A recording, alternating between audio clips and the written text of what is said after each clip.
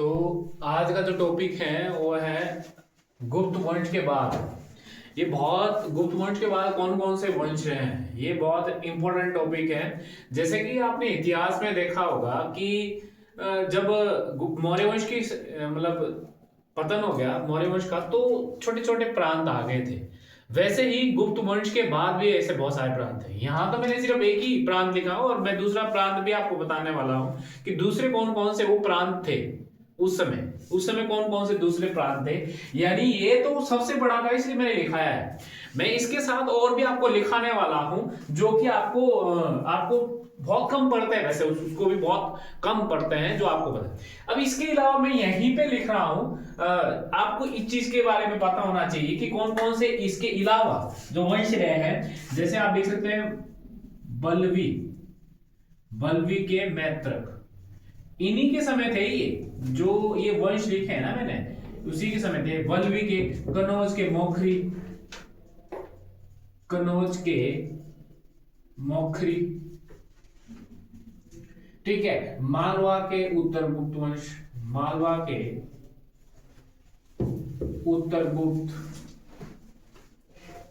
वंश, ठीक है। बंगाल के गोंड,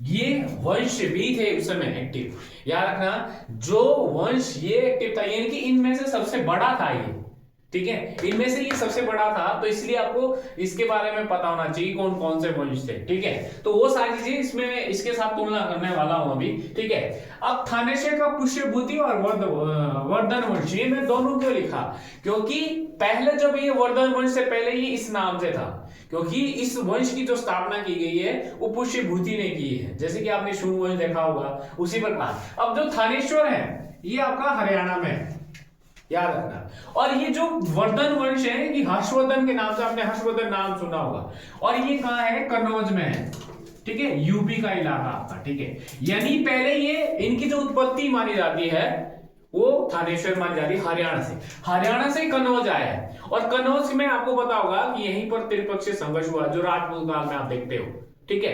तो वो चीजें आपको पता चलने की क्या हुआ, राजपूत काल पढ़ते हो तो किसकी क्यों इंपॉर्टेंट था, जो हम आने वाले टाइम में पढ़ने वाले हैं, ठीक है। उसी के बारे में पढ़ने वाले हैं, इस चीज के बारे में। अब के दूत वंश के जो मैंने जैसे कि बताया, उत्तर भारत का सबसे महान वंश आया, सबसे बड़ा वंश था गुप्तों के बाद, ठीक है। तो ये एक नेतृत्व कर रहा था इसी समय, इसी वंश की जो स्थापना की वो पुष्यभूति ने। इसके बाद बहुत सारे वंश रहे हैं। नरवर्धन, जो मैंने यहां नहीं लिखा, नरवर्धन, आदित्यवर्धन, ठीक है, राज्यवर्धन, ये शासक के नाम बोल रहा हूं मैं। प्रभाकर वर्धन, जो मैंने अब लिखा है, ठीक है। ये वंश आपके रहे हैं उस समय, ठीक है। तो ये आपको इस चीज के बारे में पता होना चाहिए कि कौन कौन से इससे पहले वर्जन है। तो नरवर्धन, ये पुष्यभूति के बाद नरवर्धन के बाद राज्यवर्धन के बाद आदित्यवर्धन का प्रभाकर वर्धन, ठीक है। उसके बाद जो मैंने बोला कि इसमें से सबसे जो शक्तिशाली था, जो यहां भी लिखा है, प्रभाकर वर्धन था। इसे पूर्ण केसरी के नाम से भी जाना जाता है। इसने महाराजा धीराज की उपाधि ग्रहण की है, प्रभाकर वर्धन की। किस वंश का, पुष्यभूति वंश का। मैं सिर्फ उसी की बात कर रहा हूं। इसे परम भट्टारक भी कहा जाता है, महाराजा धीराज भी कहा जाता है। तो आप इसमें ये चीजें आपको ऐड करनी होगी, ठीक है। तो जो मैंने इसमें नहीं लिखी है, जो आपको साथ है, ठीक है। तो इसके बाद इसके बेटे होते हैं, इसकी एक बेटी होती है और बेटे होते हैं, दो बेटे होते हैं, हर्षवर्धन, ठीक है, और राज्यवर्धन द्वितीय। और एक बेटी होती है जिसका नाम होता है राज्यश्री, ठीक है। तीन होती है। अब क्या होता है, जो राज्यश्री है यानी प्रभाकर वर्धन की बेटी और हर्षवर्धन की बहन, ठीक है, उसकी शादी हो जाती है। मालवा का एक शासक था ग्रहवर्मा, याद रखना, मालवा का एक शासक होता है ग्रहवर्मा, उसके साथ शादी हो जाती है, ठीक है। और यहाँ के जो शासक ये आपस में लड़ जाते हैं और एक देवगुप्त नाम का एक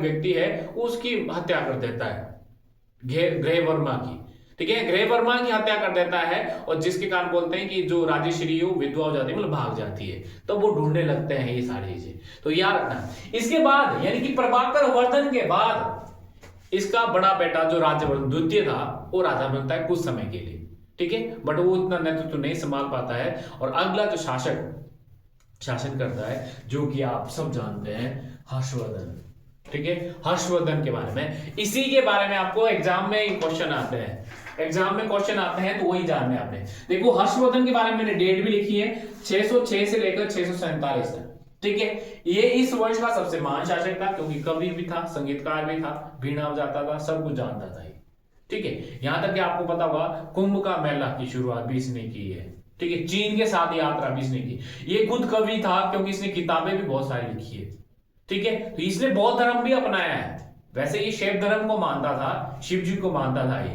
मतलब ये एक तरफ से हिंदू धर्म से था, तभी तो इनको हिंदू काल का अकबर भी कहा जाता है, ठीक है। इसे बहुत सारे भारतीय हातिम भी कहा जाता है इसे, ठीक है। जो मैंने आपको बहुत सारी चीजें हैं जो आपको इसमें ऐड करनी है। शिलादित्य भी इसका नाम है, भारतीय हातिम नहीं लिखा है मैंने, आप इसमें वो भी चीज ऐड कर सकते हैं, ठीक है। तो जैसे कि ये सबसे महान शासक था, क्योंकि ये कवि भी था, संगीतकार भी था, और इसने अपनी जो चेंज राजधानी की है थानेश्वर का से कहां ले गया, कनौज में, जैसे मैंने बताया कि यूपी में है, और आगे त्रिपक्षीय संघर्ष का कारण भी रहता है, ठीक है। तो ये चीज आपके बारे में बताना चाहिए, इसके बारे में बताना। इसके बाद इसका जो साम्राज्य था वो नर्मदा यानी महाराष्ट्र मध्य प्रदेश के इलाके तक था, और वहां पर बादामी के जो थे उनका शासन था, ठीक है। बादामी के जो होते हैं उनके शासन था, जिसका नाम था पुलकेशिन द्वितीय, ठीक है। इसके साथ युद्ध हो जाता है, और जो वर्णन किसमें वर्णन मिलता है, अहेल अभिलेख में बोलते हैं कि पुलकेशिन द्वितीय ने इसको हरा दिया था,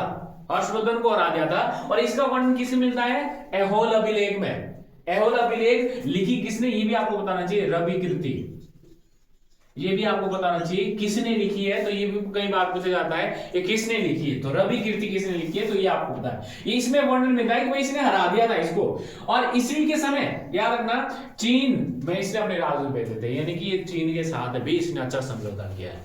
इसका अलावा चीन ने भी राजदूत भेजे इसके दरबार में, तो वो डेट भी आप लिख सकते हैं, 441, 443, 647, 641, 643, 647, ये 3 बार चीन के राजदूत कहां है, इसके दरबार में है, ठीक है। ये तो परे को भेजे इसने, 641 में परे को भेजे, मतलब चीन के दरबार में वापिस भी आए ये 641, 643, 647, ठीक है। तो वो चीज इसके दरबार में, इसकी पुस्तक है, बहुत बार पूछी जाती है, इसकी पुस्तक है नागानंद रत्नावली प्रियदर्शिका, ये भी आपको पता होना चाहिए कि इसकी कौन कौन सी किताबें हैं, ठीक है। तो ये सारी चीजें हैं। इसके समय प्रयाग में, जैसे कि मैंने बताया कि महामोक्ष जिसको बोलते हैं कुंभ का मेला, इसमें बहुत सारे देश शामिल हुए थे, 18 देश भी ज्यादा हुए थे, इसमें शामिल हुए थे, ठीक है। इसमें और ये 70 से भी ऊपर दिनों तक चला था, और इसी प्रयाग जो ये हुआ था, यहाँ हिमसांग भी आया था, ठीक है। हुनसांग भी आया था इनके यहाँ पे, ठीक है। जो मैंने आपको लिखा है, जो आपने पढ़ा होगा आगे कि फायांग किसके दरबार में आया, हुनसांग चीन यात्री, तो उस समय आया था, ठीक है। तो ये कनौज में भी इसने सभा बुलाई थी, अपनी एक अलग सभा बुलाई थी, और ये सारी चीजें इसमें आपको बोलते हैं कि ये मानी जाती है कि बौद्ध धर्म की चतुर्थ संगति थी, ये 5वीं संगति थी। जैसे आपने सुना होगा बौद्ध धर्म की 4 संगतियां, तो बोला जाता है कि ये 5वीं थी, ठीक है। तो ये आपको बताना चाहिए। देखो इसके दरबार में हुनसांग आया था, जो चीनी आदमी 629 से 647 तक रहा, और इसने किताबें लिखी है सीयू की। तो अगर आपसे पूछे कि जो हुनसांग है किसके दरबार में आया था, उसने कौन सी किताब लिखी, ठीक है। तो ये चीज के बारे में, ठीक है। जैसे कि मैंने बताया इसको शिलादित्य भी कहा जाता है, भारतीय हातिम, हातिम का मतलब दान देने वाला, दानशीलता के लिए माना जाता है, दानशील आदमी, उसको बोलते हैं भारतीय आदमी, ठीक है। ये सारी चीजें, जैसे मैंने इसको, ये भी हिंदू काल का अकबर भी कहा जाता है। हर्ष के दरबार में एक कवि था, ये भी बहुत बार पूछे, जिसने किताब लिखी है हर्षचरित के बारे में, जो कादम्बरी पुस्तक है, 2 किताब उसने लिखी है। तो वो सारी चीजें आपको इस चीज के बारे में इंपॉर्टेंट पता होनी चाहिए कि कौन कौन सी चीजें इसके द्वारा, ठीक है। तो ये सारी की सारी चीजें। अब इनकी बात, इनके समय ये भी थे, ये जो यहाँ का एक राजा था, याद रखना आपने, शशांक, इसके काफी मतभेद हुए हैं। शशांक वही था जिसने पीपल का वृक्ष को तोड़ दिया था, पीपल कह सकते हैं बौद्ध धर्म जहां पे ज्ञान की प्राप्ति हुई थी, तो इसी ने काटा था अभी वो शशांक, ठीक है। तो ये बंगाल में गौंड वंश का नाम है, ठीक है। तो ये बहुत सारे हैं जो उस समय एक्टिव थे, ठीक है। ये समय उस समय एक्टिव थे, तो ये सारी चीजें भी आपको बताना चाहिए कि कौन कौन से वंश थे, ठीक है। तो हर्षवर्धन के बारे में और उस चीज के बारे में, और बाकी आपको जब आगे पता चलेगा कि हर्षवर्धन की जैसे ही डेथ हो जाती है 647 में, फिर भारत के बहुत सारे टुकड़े हो जाते हैं, जो कि आप आगे पढ़ने वाले हैं। राजपूत काल, आपने सुना कि राजपूत कहां से आए, तो इसमें क्या हो जाता है, मतभेद हो जाते हैं, यानी कनौज के लिए आपस में लड़ जाते हैं। तो इसी वंश के बारे में हम आने वाले टाइम में पढ़ने वाले हैं कि राष्ट्रकूट का कौन सा शासक था, उन्होंने क्या क्या काम किए, ठीक है। और आपके बादामी के कौन कौन से थे, तो वो सारी चीजें, चौल चेल, ये सारी चीजें जो कि आपको बहुत इंपॉर्टेंट है, उसमें आपने डेट वगैरह याद रखनी है, जो आपके एग्जाम के लिए बहुत इंपॉर्टेंट है, ठीक है। तो आज के लिए आपके लिए इतना ही, ठीक है। तो ये सारी चीजें, हर्षवर्धन के बारे में आपने अच्छी तरह से पढ़ना है कि